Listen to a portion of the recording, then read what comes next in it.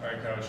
Third weekend. How do you think just the progression of the team is from that first practice now through you guys scrimmage under your belt? Good, not where we need to be. I think we've taken major strides in a few areas. It's always fun to watch guys ready for the first couple. They're giddy, haven't played ball in a while.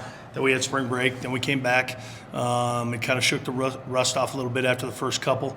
Got a 90-plus play scrimmage in on Saturday that I thought we put the offense in some situations that were advantageous, and some were defensive advantageous. I thought the offense won the day. They executed better. I think they're just a little bit further along, and but the defense is still coming together. We still got 6 left, an entire summer, and obviously August to go. So excited where we're at.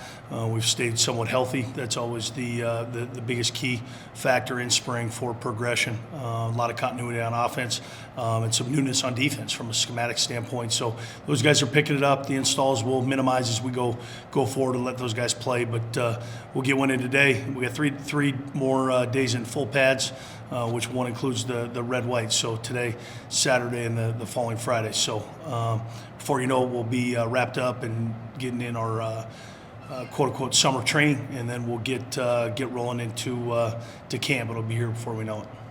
Talking to Wyatt, obviously he's been here 4 years, playing with a lot of the same guys. What do you think is just having that veteran presence along the line? They kind of have that experience, obviously playing with Kiko now for the second year. Yeah, I think when you saw Wyatt on film out of high school, you knew he was a polished or somewhat of a polished product out of high school. Well-schooled. Size was not going to be a huge issue out of high school. We weren't going to have to put a ton of weight on him. But for the time he got on campus in fall of 20, it was very obvious he was going to factor in our our offensive world sooner rather than later. He was well schooled in football. He carries himself well off the football field. Size-wise wasn't going to be a big issue, and before you know it, spring of 21, he's starting. Very few first-year offensive linemen have ever started here. He's one of few. He earned it. He's a very coachable individual. He's wise beyond his years, and he means a ton. Whether it's left side or right side, inside or outside, on the front, you got to have a bell cow that you lean on. And from the time he stepped foot on campus, it was one of those pieces where he learned under Tristan Taylor a lot of his preps and habits.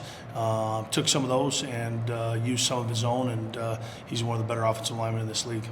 And obviously you have Cage back, Darian's back, bringing in some transfers, kind of have sort of youth and experience with just the whole mix in the defensive back. How's that you sort of can help coach or just make it a better defensive effort? Yeah, I think you have to have a blend of both.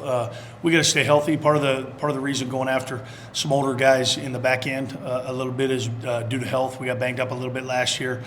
Derek Ganter played 4 games for us and probably could have played a lot more, but we want to keep his red shirt intact. But factored in the 4 games a lot. So you'll see a lot of Derek this next fall. So even though we got some young guys, we feel like they're almost experienced young guys.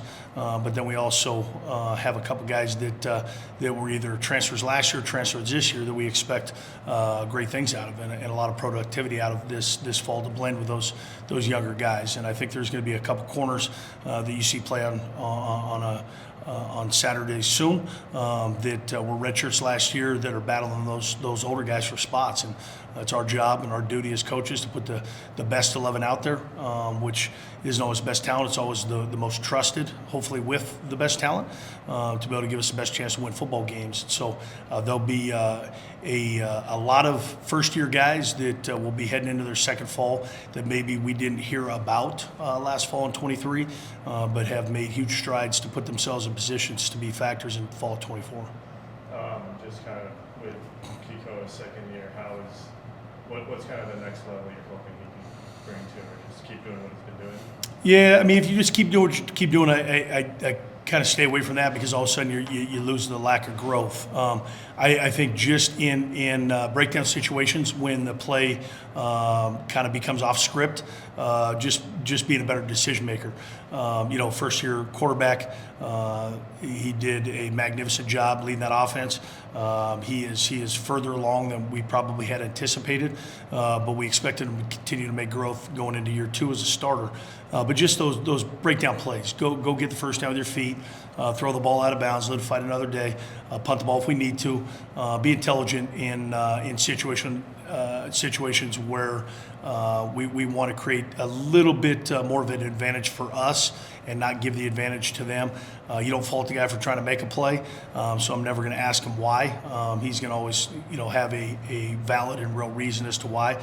But some of those things I think you realize on film last year, we could have probably saved ourselves a time or two, but you never fault the guy for competing. And so you never want to take the edge totally away, just be smart about the edges you play with.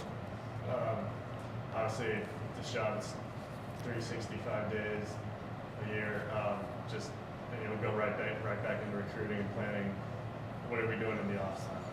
Yeah, we'll have 2 more weeks of getting this spring tended to, and then we'll be out in May, much like everybody else in the college football landscape, and go do a recruiting piece in May. Get back here and do the June summer camp stuff. Take a few days off in July, recharge your batteries a little bit, get back at it. And it's like you said, Matt. It's year round. And you can't. You try to minimize or maximize the opportunities when you have some off time and some away time, not just for coaches but also players, because it's also 365 for them too. So. Just because you're married to the game doesn't mean you have to be part of the game every day.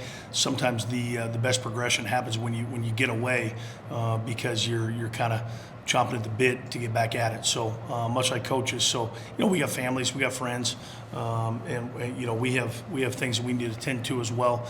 But when we're here, all energy goes to those 110 guys, and then we're at home, all our energy goes to those at home. So it's a unique profession that way. Coaching is, and it's challenging, but that makes it more enjoyable and more unique, because day in and day out, there's no day the same. Every day is different, and you just don't know what's going to be different about the next one. Thank you.